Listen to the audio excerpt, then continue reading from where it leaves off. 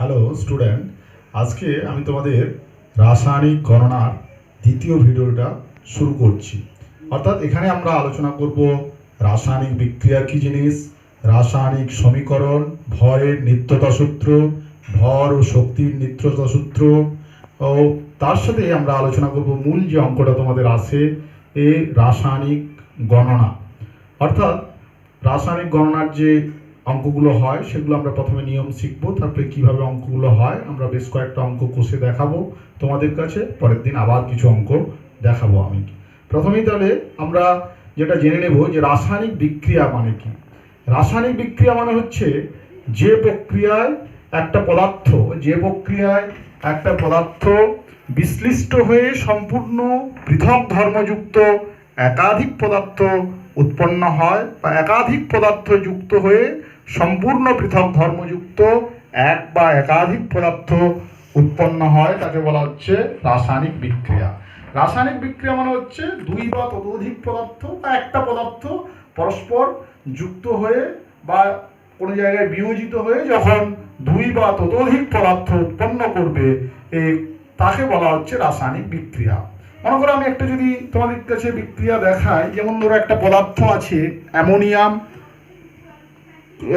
Nitrogen plus hydrogen, মনে করো দুটো পদার্থ আছে, এদেরকে পরস্পরে মিশিয়ে দিলে কি উৎপন্ন হবে? অ্যামোনিয়া উৎপন্ন হবে। তাহলে এটা একটা রাসায়নিক পরিবর্তন। সেরকম যদি ক্যালসিয়াম কার্বনেট একটা পদার্থ আছে, তাকে যদি হিট দিই তাহলে কি উৎপন্ন হবে? Calcium oxide plus carbon dioxide. এই হচ্ছে রাসায়নিক বিক্রিয়া। এরপরে যেটা আছে রাসায়নিক সমীকরণ। সমীকরণ মানে হচ্ছে কোনো একটা রাসায়নিক বিক্রিয়াকে চিহ্ন ও সংকেতের সাহায্যে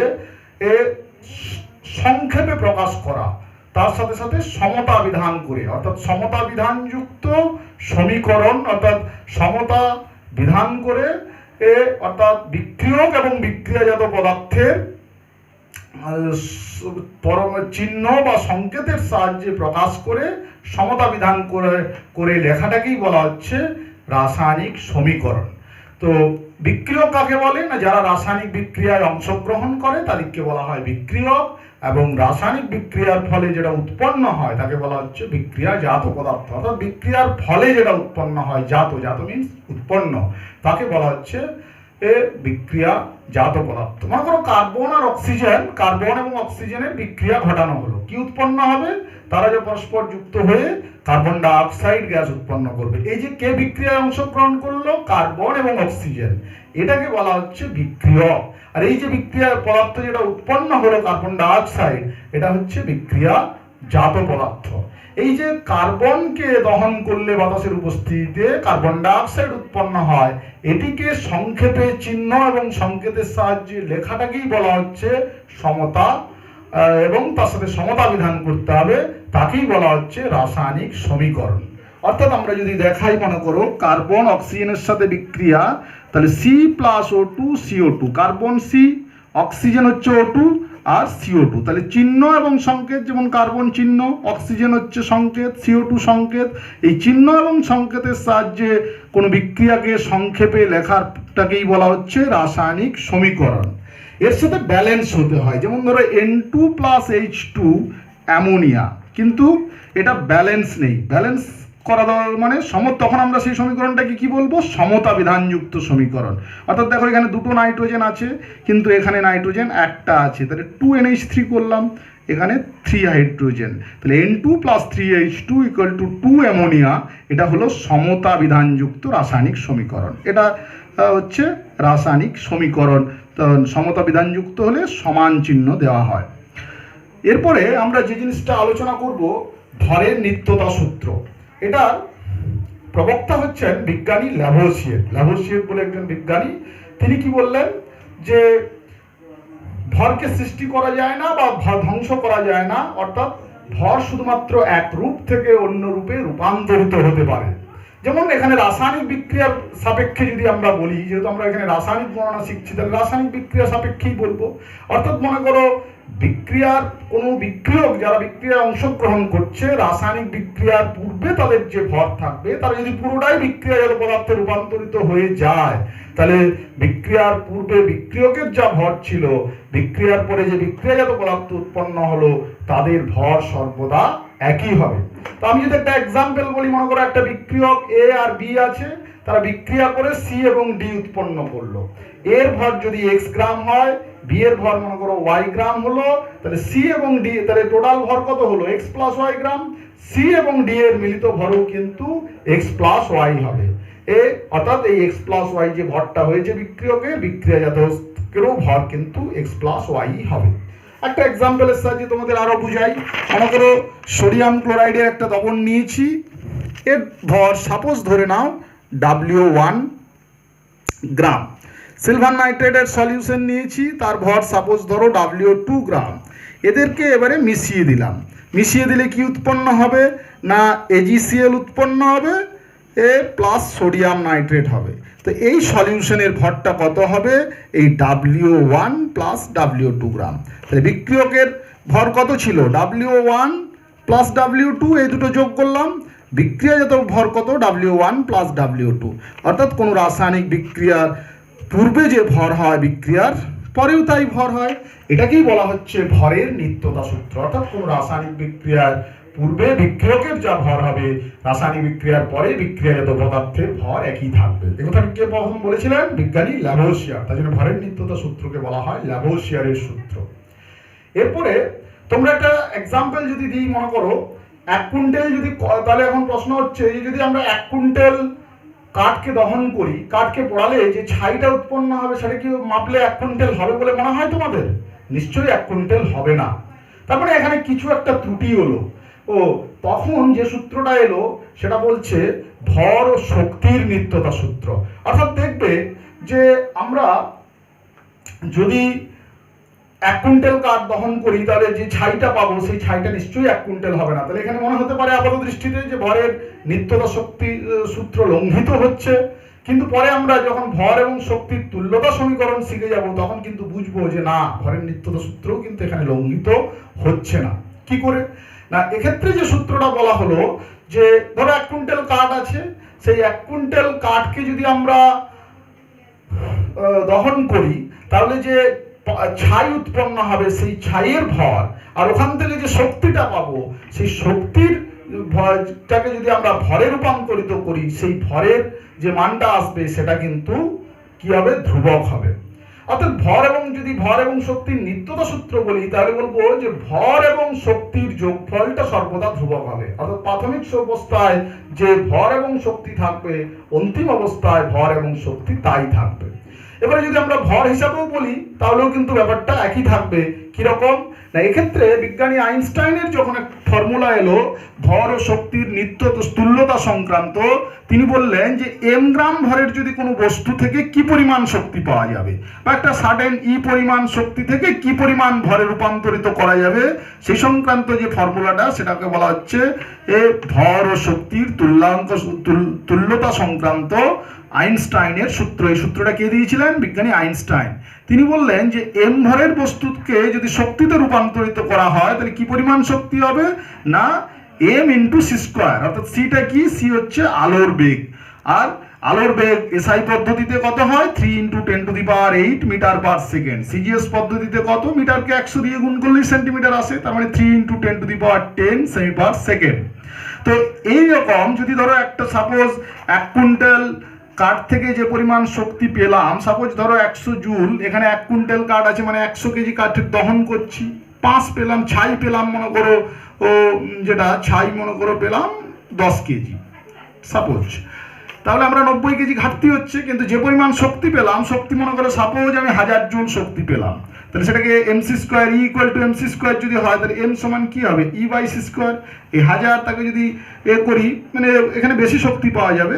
তো যদি আমরা এটাকে রূপান্তর করি, তাহলে কত আসবে? অবশ্যই 90 কেজি আসবে। সেই জন্য বলা হচ্ছে ভর এবং শক্তির নিত্যতা সূত্র। অর্থাৎ বিক্রিয়ার পূর্বে যে ভর থাকবে, বিক্রিয়ার পরে ভর এবং শক্তি টোটালটা কনস্ট্যান্ট থাকবে, এটা পরিবর্তন হবে না। এবং সেখানে আমাদের এই ফর্মুলা থেকে কিছু অঙ্ক অনেক সময় আসে, E = mc² ফর্মুলা থেকে। তাহলে ই হচ্ছে শক্তি, এম হচ্ছে ভর, আর সি হচ্ছে আলোর বেগ। আলোর বেগটা কিন্তু অঙ্ক করার সময় বলে দেওয়া থাকবে না, তোমাদেরকে মনে রাখতে হবে যে এসআই পদ্ধতিতে আলোর বেগ হচ্ছে 3 × 10⁸ মিটার পার সেকেন্ড, আর সিজিএস এ 3 × 10⁻10 সেমি পার সেকেন্ড। যেমন একটা অঙ্ক প্রায়ই আমরা টেস্ট পেপারে দেখতে পাই বিভিন্ন এতে, যে 1 গ্রাম ভর শক্তিতে রূপান্তরিত হলে কি পরিমাণ শক্তি উৎপন্ন হবে আর্গ ও জুল এককে নির্ণয় করো। যদি আর্গে বলে আর্গেও করতে পারবে, যদি জুলে বলে জুলেও করতে পারবে। কি ফর্মুলা? সহজ ফর্মুলা, E = mc²। তাহলে এম এখানে কত বলা আছে? 1 গ্রাম। আর সি আমাদের সিজিএস এ যখন নির্ণয় করছি, সিজিএস এ কত? 3 × 10⁻10, তার স্কোয়ার করলাম, তাহলে 3 এর বর্গ হলে 9 হলো, 10⁻10 এর স্কোয়ার মানে 10⁻20, তাহলে 9 × 10⁻20 আর্গ। সেরকম যদি বলে যে এই থেকে কি পরিমাণ কি জুল, কত জুল শক্তি উৎপন্ন হবে, তাহলে আমাকে কি করতে হবে? দুটোকে এসআই এককে বসাতে হবে। 1 গ্রাম সমান কত? 1 গ্রাম সমান 1/1000 কেজি, কারণ 1 কেজি সমান হচ্ছে 1000 গ্রাম। তাহলে আমরা বলতে পারি যে 1000 গ্রাম সমান 1 কেজি, বা 1 গ্রাম সমান 1/1000 কেজি। তাহলে এটাকে আমরা পাওয়ারে লিখলে 1/10⁻³ কেজি। তাহলে এখানে বসিয়ে দিই, এম এর জায়গায় হচ্ছে 1/10⁻³ আর সি এর জায়গায় হচ্ছে 3 × 10⁸ তার স্কোয়ার। এটা করলে হচ্ছে 9 10⁻16, এটা 10⁻3, কাটাকাটি হয়ে গেলে 9 × 10⁻13 জুল। এরকম টুকিটাকি অঙ্ক অনেক সময় আমাদের থাকে।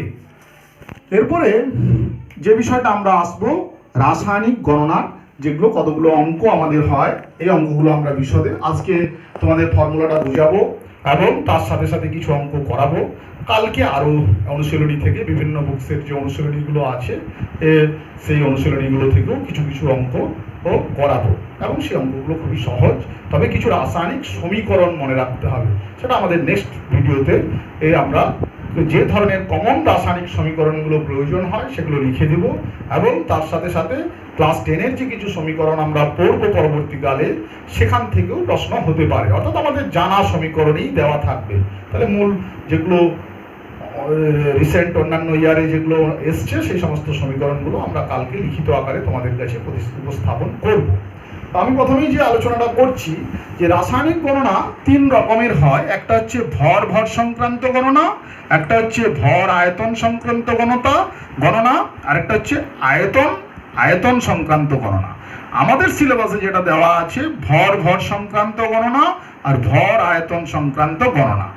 তো ভর সংক্রান্ত গণনা করার সময় যে যে নিয়মগুলো করতে হবে, সেই জিনিসগুলো আমি প্রথমে একবার মুখে বলছি, তারপরে আমি একদম ডাইরেক্ট অঙ্কতে গিয়ে তোমাদের কাছে বুঝালে আরও তোমাদের কাছে ক্লিয়ার হবে।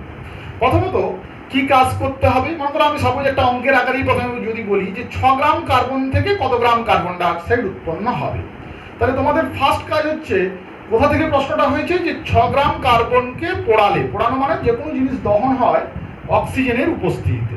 তাহলে তোমাকে কার্বনের সাথে অক্সিজেনের বিক্রিয়াটা জানতে হবে কিন্তু।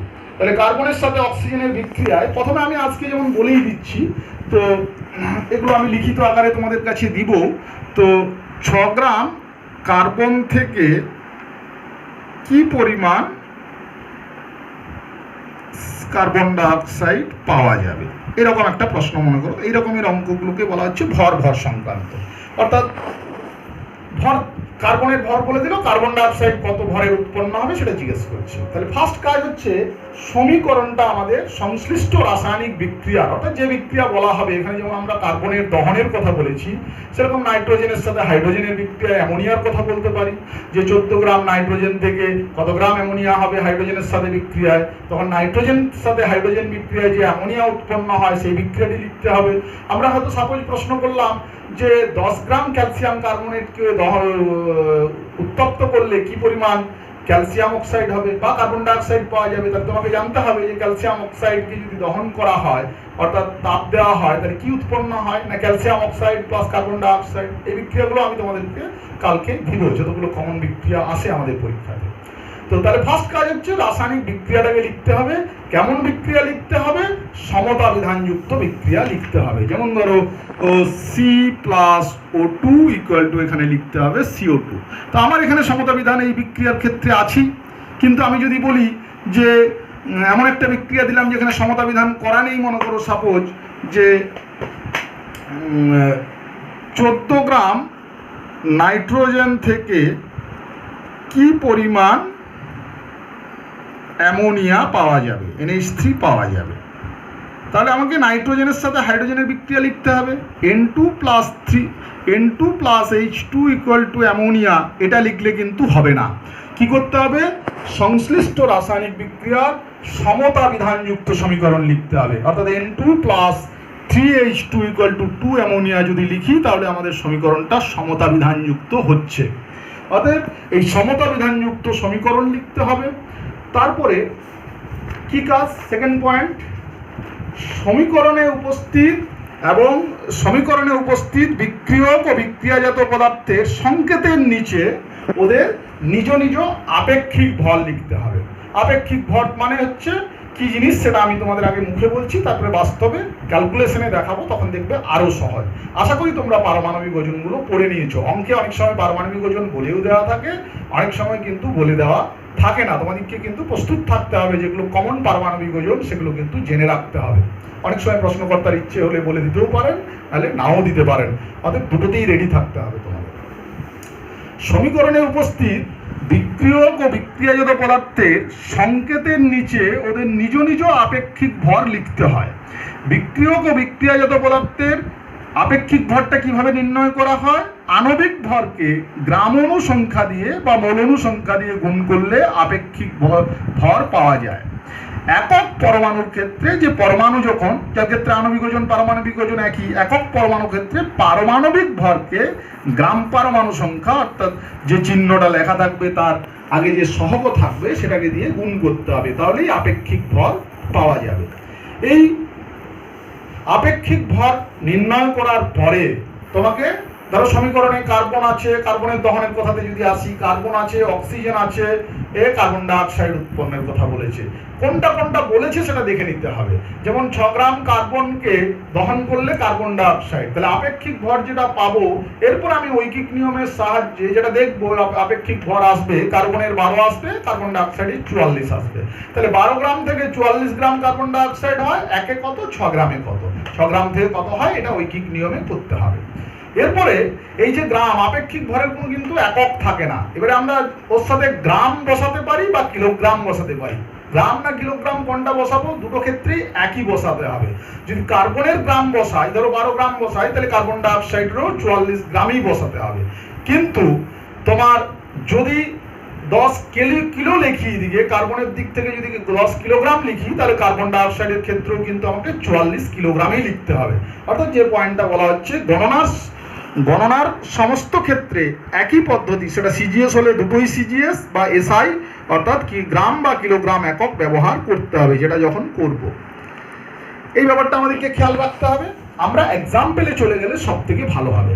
এবং অনেক সময় এটা এই প্রশ্নটাও আসে পরীক্ষাতে, যে হয়তো বলে দিল যে 6 গ্রাম কার্বন থেকে কত মোল কার্বন ডাই অক্সাইড হবে বা গ্রাম অণু। তাহলে মোল অণু এবং গ্রাম অণু শনাক্তকরণ চিনতে শেখা আর আপেক্ষিক ভর নির্ণয় চিনতে করা কিভাবে করতে হয় সেগুলো আমরা ধীরে ধীরে শিখবো এক্সাম্পলের থ্রু দিয়ে। তারপরে কালকে আমি তোমাদের কাছে অঙ্কগুলো, ক্যালকুলেশন আরও অঙ্ক বিশদে ভর সংক্রান্ত গণনার অঙ্ক বেশি করে আগে করিয়ে নেব, তারপরে আমরা যাব ভর আয়তন সংক্রান্ত গণনা। তাহলে দেখো, যেমন এখানে প্রথম কাজ কি, 6 গ্রাম কার্বন থেকে কি পরিমাণ কার্বন ডাই অক্সাইড পাওয়া যাবে। তাহলে আমাকে প্রথমে সমতা বিধানযুক্ত সমীকরণটা লিখতে হবে। তো সমীকরণটা আমি লিখলাম, C+O2 = CO2। আপেক্ষিক ভর মানে এখানে একটাই কার্বন আছে, তাহলে এই পরমাণুর ওজন 12, তাহলে 12 লিখলাম। যেহেতু এখানে অক্সিজেনের বিষয় নির্ণয় করার কথা বলা নেই, তার জন্য অক্সিজেনের ভরটা আপেক্ষিক ভর নির্ণয় করলেও হবে, না করলেও হবে, অর্থাৎ আমার করার প্রয়োজন নেই, বাড়তি খাটতে যাব কেন। তো এখানে 6 গ্রাম কার্বন থেকে কি পরিমাণ কার্বন ডাই অক্সাইড, তাহলে কার্বনের আপেক্ষিক ভর আর কার্বন ডাই অক্সাইডের আপেক্ষিক ভর করতে হবে। তাহলে 12 গ্রাম লিখলাম, যেহেতু গ্রামে বলা আছে। এখানে কত করব, কার্বনের একটা পরমাণু মানে 12 আণবিক ওজন লিখবো। আণবিক ওজনের ডান দিকে এই যে সংখ্যাটা থাকবে, যদি কোনো জায়গায় থাকে সেটা দিয়ে গুণ করলে তবে আপেক্ষিক ভর পাওয়া যায়। যেমন একটা এক্সাম্পল আগে এটা করে নিই, 12 + 16 × 2, তাহলে এটা যোগ করলে কত আসবে, 44 গ্রাম। তাহলে এবারে ঐকিক নিয়মের সাহায্য নিতে হবে। 12 গ্রাম কার্বন থেকে 44 গ্রাম CO2 পাওয়া যায়। 1 গ্রাম কার্বন থেকে 44/12 আর 6 গ্রাম কার্বন থেকে হচ্ছে 44/12 × 6, তার মানে হচ্ছে 22 গ্রাম CO2 পাওয়া যায়। এই হচ্ছে অ্যান্সার, এমন কোনো জটিল কিছু না। এই যে আপেক্ষিক ভর নির্ণয়টা আমি বেশ কয়েকটা এক্সাম্পল দিয়ে আগে বুঝিয়ে দিই, বাকি তো ঐকিক নিয়মে করে নেব। যদি এবারে উল্টো দিত যে 33 গ্রাম কার্বন ডাইঅক্সাইড পেতে গেলে, প্রশ্নটা যদি এরকম দিত যে 33 গ্রাম CO2 পেতে গেলে কি পরিমাণ কার্বনের দহনের প্রয়োজন, কি পরিমাণ কার্বন দহনের প্রয়োজন, তাহলে আমাকে উল্টোটা লিখতে হতো যে 44 গ্রাম CO2 পাওয়া যায়, 12 গ্রাম কার্বনের দহনে, 1 গ্রাম CO2 পাওয়া যায় 12/44 গ্রাম কার্বনের দহনে, আর 33 গ্রাম CO2 পাওয়া যায় 12/44 ইন্টু 33, 3 11 33, 4 11 44, 4 3 12, তার মানে হচ্ছে 9 গ্রাম। তাহলে যেটা নির্ণয় করতে বলবে সেটা কি না, সেটা হচ্ছে আমাকে ডান দিকে রাখবো, বুঝতে পেরেছো? এবারে তুমি দেখো, যদি মোল জিজ্ঞেস করে, মোল বা গ্রামণু কোনটা বুঝবো? এই যে চিহ্ন বা সংকেতের আগে যে সংখ্যা থাকবে, কিছু যদি না থাকে তাহলে জানবে 1, এখানে কত আছে 1, এখানে কত আছে 1, এখানে আছে 1। অনেক সময় প্রশ্ন থাকে, মনে করো তাহলে এখানে কমল বিক্রিয়া করছে বা গ্রামণু 1, কিছু নেই মানে 1, কত এখানে হাইড্রোজেন বিক্রিয়া করছে 3 মোল অণু বা গ্রামণু, অ্যামোনিয়া কত হচ্ছে 2 গ্রামণু বা মল অণু। অনেক সময় যদি বলে যে 14 গ্রাম নাইট্রোজেন থেকে কত মল অণু অ্যামোনিয়া তৈরি হবে, তাহলে তুমি তখন কিন্তু এখানে আর ওজন করার দরকার নেই, সরাসরি চলে যাবে যে এটার আপেক্ষিক ওজন নির্ণয় করলে এখানে কিন্তু মোল লিখলে সরাসরি, অর্থাৎ 28 গ্রাম থেকে হবে 2 গ্রাম মোল অণু, একে কত 14 কত, বুঝতে পেরেছো? এগুলো কিন্তু আর আমরা তখন বেশি খাটবো না। তাহলে আপেক্ষিক ওজনটা আগে দেখাই বিভিন্ন এক্সাম্পল দিয়ে, আপেক্ষিক ওজন নির্ণয়টা শিখে গেলে বাকি তো ঐকিক নিয়মে সহজেই হয়ে যাবে। মনে করো একটা আছে যে N2+3H2 অ্যামোনিয়া আপেক্ষিক ওজন কিভাবে নির্ণয় করব। আমাদের দ্বিতীয় কাজ ছিল আপেক্ষিক ওজন নির্ণয় করা। তাহলে নাইট্রোজেনের 1 আছে, কিছু নেই মানে 1 মোল অণু, এটা 3 মোল, এটা হচ্ছে 2 মোল। তাহলে আণবিক ওজনকে গ্রাম অণু বা মোল অণু দিয়ে গুণ করলেই আপেক্ষিক ওজন পাওয়া যায়। তাহলে নাইট্রোজেনের ক্ষেত্রে কত, একটা নাইট্রোজেনের হচ্ছে 14, দুটোর হচ্ছে 28, এগুলো তোমাদের আণবিক ওজন নির্ণয় করতে শিখিয়েছি। এখানে যেহেতু 1 আছে তাকে আর 1 লেখা গুণ করার দরকার নেই, কিন্তু হাইড্রোজেনের ক্ষেত্রে দেখো সহগ কত আছে 3, তাহলে আগে হাইড্রোজেনের ওজন নির্ণয় করো 1 × 2, এটাকে ব্রেকেট দিয়ে 3 গুণ করবে, মাল্টিপ্লাই করবে কত দিয়ে 3, তাহলে 2 × 2, 3 × 2 = 6 গ্রাম হচ্ছে কি হাইড্রোজেনের আপেক্ষিক এই ওজন 6। এবারে তুমি এটাকে গ্রামে বসালে এটাকেও গ্রামে লিখবে, এটাও গ্রামে লিখবে, এটাও গ্রামে লিখবে। অ্যামোনিয়ার ক্ষেত্রে আপেক্ষিক ওজন কত হবে 2 × এটাকে আগেও লিখতে পারো বা পরেও লিখতে পারো, অ্যামোনিয়া ধরো 14 + 1 × 3 গুণিত 2 লিখলে, তাহলে 17 × 2 14, আর 3 যোগ করলে 17 × 2 মানে 34। এবারে তোমাকে যেমন প্রশ্ন করেছে যে 14 গ্রাম নাইট্রোজেন থেকে কি পরিমাণ অ্যামোনিয়া পাওয়া যাবে, তাহলে এটাতে দেখলে কত এলো আপেক্ষিক ওজন 28, হাইড্রোজেনে কত আছে 6, অ্যামোনিয়াতে কত এলো 34। ক্যালকুলেশন তোমাদের দেখিয়েছি 14 গ্রাম নাইট্রোজেন থেকে কি পরিমাণ অ্যামোনিয়া, তখন হাইড্রোজেনটা ক্যালকুলেশন না করলেও চলবে, কিন্তু এখানে আমি ক্যালকুলেশন করে দেখাচ্ছি যেহেতু তোমাদের আপেক্ষিক ওজন নির্ণয়টা শেখাচ্ছি।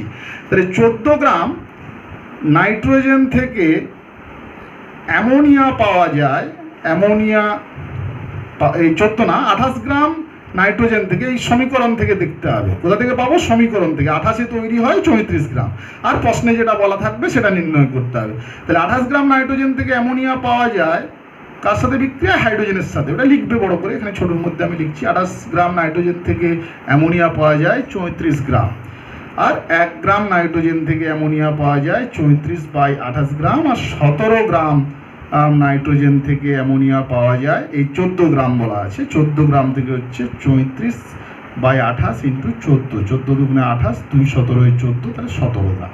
তাহলে এইভাবে আমাদের করতে হবে। এবারে যদি বলতো যে 14 গ্রাম নাইট্রোজেন থেকে কি পরিমাণ অ্যামোনিয়া পাওয়া যাবে, তার সাথে হয়তো বলে দিল কত মোল অ্যামোনিয়া পাওয়া যাবে, কত মোল অ্যামোনিয়া পাওয়া যাবে। মোল জিজ্ঞেস করলে এই যে সহগটা হচ্ছে, এই সহগগুলোই হচ্ছে মোল। তাহলে 28 গ্রাম থেকে কত মোল পাওয়া যাবে, মোলে হচ্ছে 2 মোল। 28 গ্রাম থেকে 28 গ্রাম N2 থেকে অ্যামোনিয়া পাওয়া যায়, 2 মোল। এখান থেকে কিন্তু এই ওজন নির্ণয় করে তাকে মোলে করলেও হবে, কিন্তু সেটা আমার খাটনি বেশি, ওটা আমি করতে যাব না কিন্তু।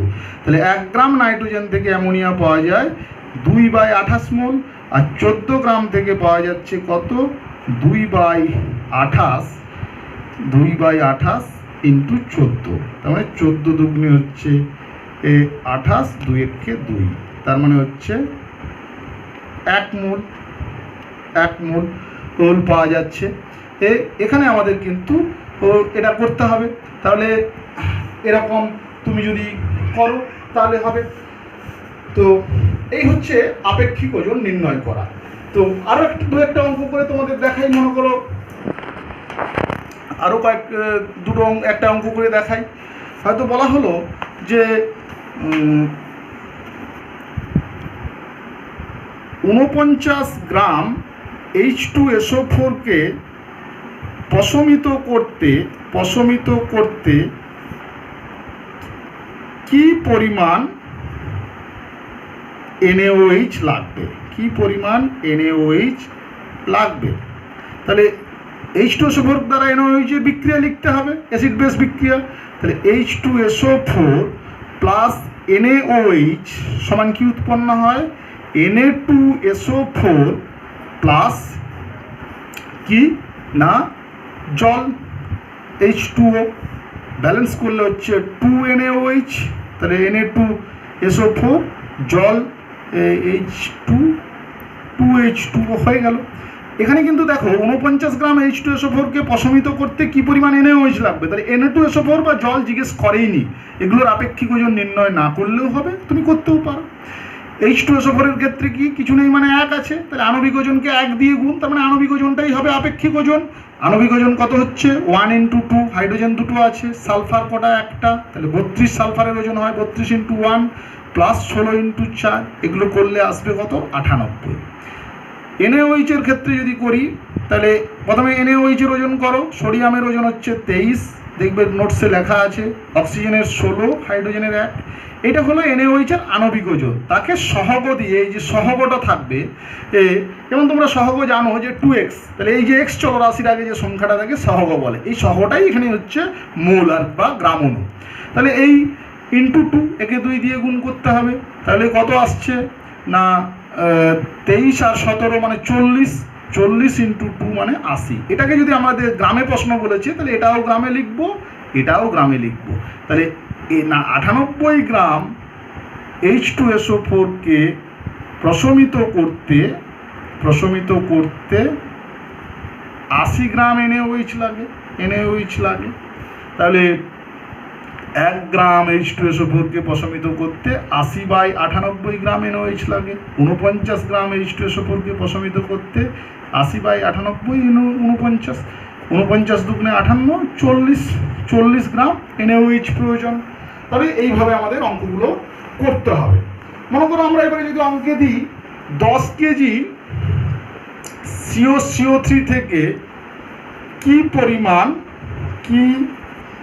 পরিমাণ CO2 পাওয়া যাবে, তাহলে প্রথমে সমীকরণটা লিখতে হবে। ফার্স্ট কাজ, CaCO3 হিট দিলে, তাপ দিলে উৎপন্ন হয় CaO প্লাস CO2। তাহলে দেখো এর যদি ওজন করো, ক্যালসিয়ামের হয় 40, কার্বনের 12 প্লাস 16 × 3, এটা যদি যোগ করো আসে দেখবে 100। কার্বনের কত 12 প্লাস 16 × 2, মানে এটা যোগ করলে 12 প্লাস 32 = 44। এবারে যেটা বলেছিলাম, যখন যা একক ব্যবহার করব একই একক, এটা যেমন কেজি থেকে বলেছে কি পরিমাণ CO2 পাওয়া যাবে, তাহলে এটাও কেজি এ বসিয়ে দাও, এটাও কেজি এ বসিয়ে দাও। বুঝতে পেরেছো তাহলে আমার কথা? তাহলে 100 কেজি CaCO3 থেকে CO2 পাওয়া যায় 44 কেজি, আর 10 কেজি যেটা 10 কেজি 1 কেজি থেকে করি, 1 কেজি CaCO3 থেকে CO2 পাওয়া যায় 44/100 কেজি, আর 10 কেজি CaCO3 থেকে পাওয়া যায় 44/100 × 10, 0 কেটে গেল 4.4 কেজি। তাহলে এইভাবে দেখতে পাচ্ছ যে দুটো একক কিন্তু একই বসাতে হচ্ছে, আমাদের যা বসাবো সেটা আমরা বলেছিলাম। তাহলে এইভাবে আমরা কিন্তু রাসায়নিক গণনার সমস্ত অঙ্কগুলো করব। কালকে আমরা কিছু অনুশীলনীর অঙ্ক করব এবং তোমাদের কাছে রাসায়নিক সমীকরণে যে সমীকরণটা প্রয়োজন হচ্ছে সেই সমীকরণগুলো আমাদের যেগুলো প্রায়শই প্রয়োজন হয় সেরকম বহুল যেগুলো সমীকরণ বহুল ক্ষেত্রে ব্যবহৃত হয়, টেস্ট পেপারে থাকে, সেই ধরনের আমরা সমীকরণ তোমাদের কাছে লিখিত আকারে উপস্থাপন করব। তাহলে আশা করি তোমরা এই রাসায়নিক গণনাটা বুঝতে পারবে, অসুবিধা হবে না। আজকে অনেকটা কনসেপ্ট তোমাদের ক্লিয়ার হলো। কালকে অনুশীলনীটা করলে, অনুশীলনীর কিছু অঙ্ক করলে তোমাদের কাছে তোমাদের কাজটা আরও ভালো হবে। তাহলে আজকের মতো এখানেই রাখছি। তোমরা ভালো করে পড়াশোনা করো। ধীরে ধীরে আমার ভিডিও এরকম আসতে থাকবে, প্রত্যেক দিন আধ ঘন্টার করে ভিডিও তোমাদের কাছে উপস্থাপন করতে থাকবো।